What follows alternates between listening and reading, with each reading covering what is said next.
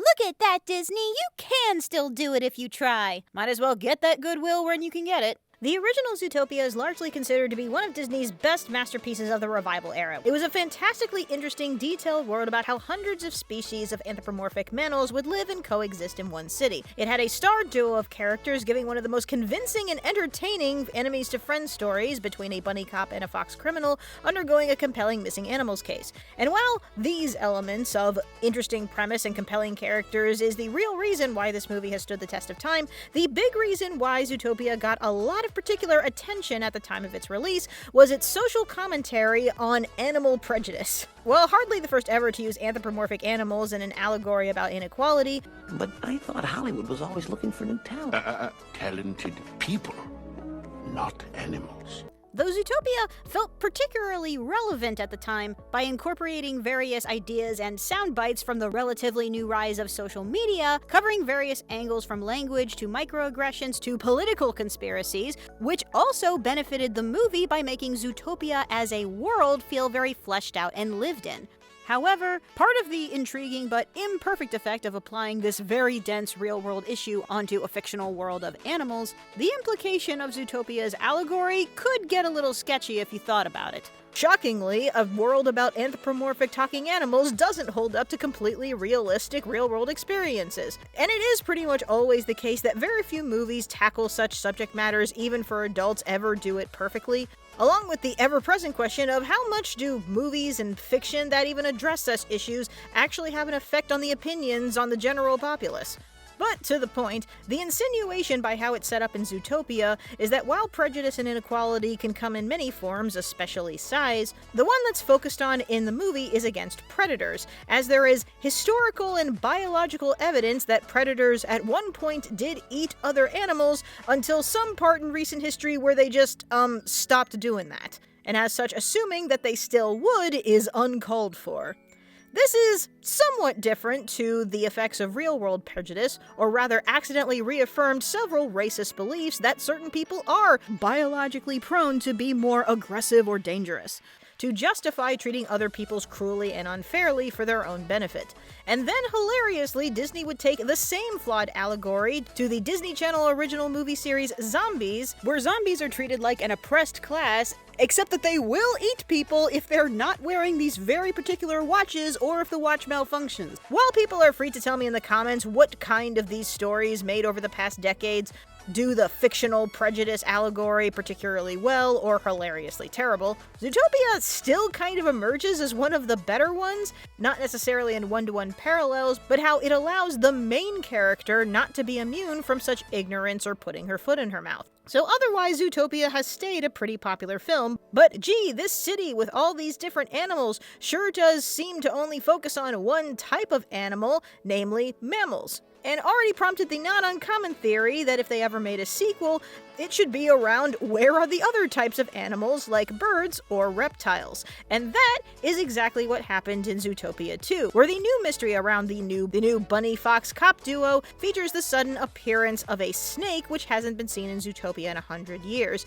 A great follow-up to the first movie, with the additional benefit that this time with the reptiles they could realign the allegory to be slightly more attuned to how it works in real life. That is more around the deliberate misinformation and stigmatization perpetuated by powerful people for the sake of their own ambitions and gain, along with a healthy dose of historical revisionism. And yet, despite being more accurate, Zootopia 2 will likely not get the same level of acclaim as it did when it first came out, mostly because of the original's influence. The prejudice or social issues allegory in media has become a lot more prevalent, especially classism, which has had a particular focus in media across the board as of late, which is why it ultimately does feel like we've seen this before. Still, kudos given to the improvement.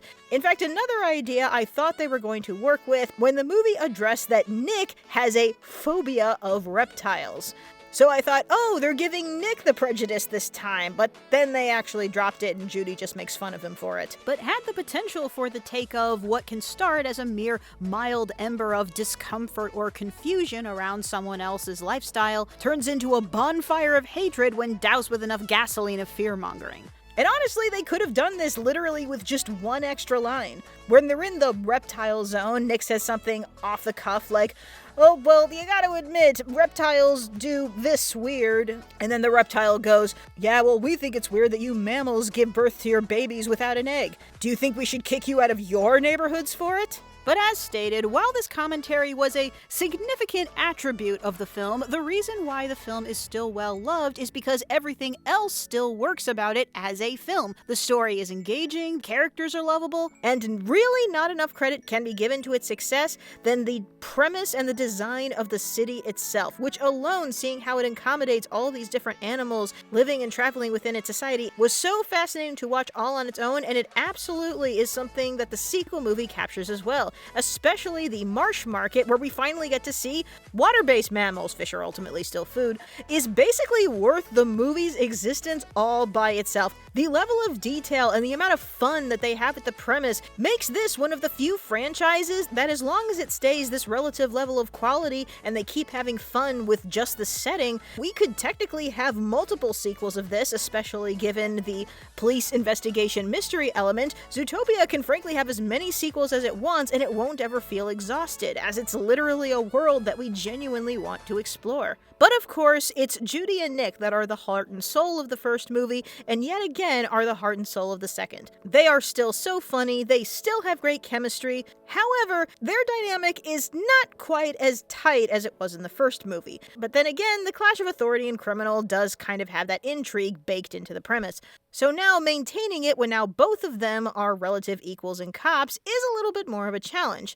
Now, first and foremost, can someone explain to me why this needed to take place merely a week after the first movie? Because that makes absolutely no sense whatsoever. The idea that this literally happens right as the two become partners, or however it took long for Nick to get qualified, the two basically have just one bad mission and then instantly are sent to partner counseling on the threat of being separated. Dude, you couldn't have even made it a month with a montage of incidents? Except, that doesn't actually make sense. The therapy scene, however fun, implies the reason the two are in trouble is because of the tension between the two keeps them from being effective. Except that's not actually the problem. The opening mission, if anything, proved that the problem with the two are too similar in that they are both wild cards. Judy is overly ambitious and desperate to prove herself, so she jumps in without getting permission, while Nick is the former criminal that does whatever he wants. So the threat of separation was more along the line that the two actively kind of make each other worse in terms of towing the line of police protocol, not internal conflict. So sending them to therapy does not make any sense. Nonetheless, it does lay the groundwork for the internal conflict that does develop, in that Judy's desire for the two to stay together, that she wants to hurry up and solve a case to prove how competent they are, despite again that was never the problem. While Nick just kind of wants to lay back and wait for the heat to die down. And while the motive is maybe partially out of laziness, it's actually very mature and important of Nick to show that he can follow rules given his history as a criminal. So this is not quite the balanced back and forth that they had earlier. This is Judy, the unstoppable force, all but dragging a reluctant Nick around, is not quite a compelling a relationship journey when one is way more overtly in the wrong than the other one. And what's also somewhat fascinating about the timing is that this was also the issue of a certain other animated protagonist who suffers from what I call Leslie Knope's steamroller mode. Massive, enormous, runaway steamroller with no brakes and a cement brick on the gas pedal. You do what you want. You ignore what other people want, and you hear only what you want to hear. Which, while a staple of comedy, is a character type that can be very hard to make likable. Now, what does sort of make up for it is that after prompting Nick to just go to the party, what compels Judy forward isn't ambition anymore, but rather her strong sense of justice. So her motive is a lot more sympathetic, and we do have the other aspect of what made their dynamic so interesting, which was Judy's idealism versus Nick's cynicism. Though honestly, they could have played into that a little bit more. And in the end, the two do greatly care about each other, leading to a scene where they spill their emotional guts out on a level that rivals most love confessions. There are people who say that a problem with modern day Disney is that there's not enough romance, and honestly, we definitely needed to take a break from the before times commonplace hetero-coupling defaultism that led Peabody and Sherman to have Sherman be in a chokehold and then fall in love with said psychopath 10 minutes later, because what else to do with boy-girl who went on screen for more than 2 minutes? I don't know. So yes, I support pulling back, not terminating, pulling back on romance as a near constant for lots of reasons. Opening up possibilities for other kind of stories and dynamics for one, and Nick and Judy definitely benefit in the first film not to contrive romantic tension on top of everything else. Start as friends to test long-term chemistry, and then you can ramp it up later. The only recent Disney movie that would have benefited from a romantic subplot is obviously Wish, which honestly had like 500 other problems. Also, how exactly did it make Toy Story 4 better? Also, that Disney did come to this conclusion because 3 movies in 2016 all had female leads with no romance, and they all made $1 billion. So it was not just idealism. Point is, I do not agree with this critique. The problem is not romance or diversity, it's writing and being bad at it. End of story. But sure, now we can step on the gas. These two are flippin' adorable, and people have also suspected that if they ever did, it would allow for exploration of another social topic in universe, namely mixed species couples. But they already seem to have cold showered that idea by opening this movie with Nick and Judy pretending to be a couple and barely getting any response from it. Which honestly does not make any sense. Predator and Prey were at each other's throats last week. Now it doesn't get any response, more so when you hear the director's answer to this interview from the first movie. In a sequel, it's Nick wonderful. and yeah, You know, I think it's beautiful. Yeah, it's beautiful. Better than okay. Well, it's like it's like our own world. I think it feels like it's a very open-minded society. It feels like animals fall in love. Your first movie was about racism. What are you talking about? Well, modern day tensions, not like Jim Crow. But big shock, Disney doesn't want to do a movie even vaguely about marriage rights. And frankly, if that's a topic that people do want to be explored, that's what Beastars is for. Okay, real question. Is this the best Disney movie since Encanto? Yes. Other than Encanto, is this the best movie since the revival? Depends. And basically that goes all the way back to the first Zootopia, which is depressing. Is this finally another Disney masterpiece? It's good, but I wouldn't say that Disney is out of the woods yet.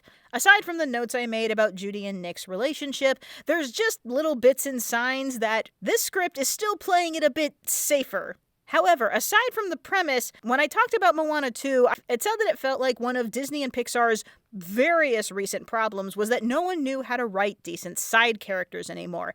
That, in Zootopia 2, does feel like they've made a noticeable improvement. While the beaver conspiracy theorists may border on the edge of being annoying, it is ultimately still funnier and worthwhile than any of the side characters in Moana 2, and Gary the Snake is a genuine sweetheart. I am so happy that he is a genuine character and not a comedic sidekick. I think that made all the difference.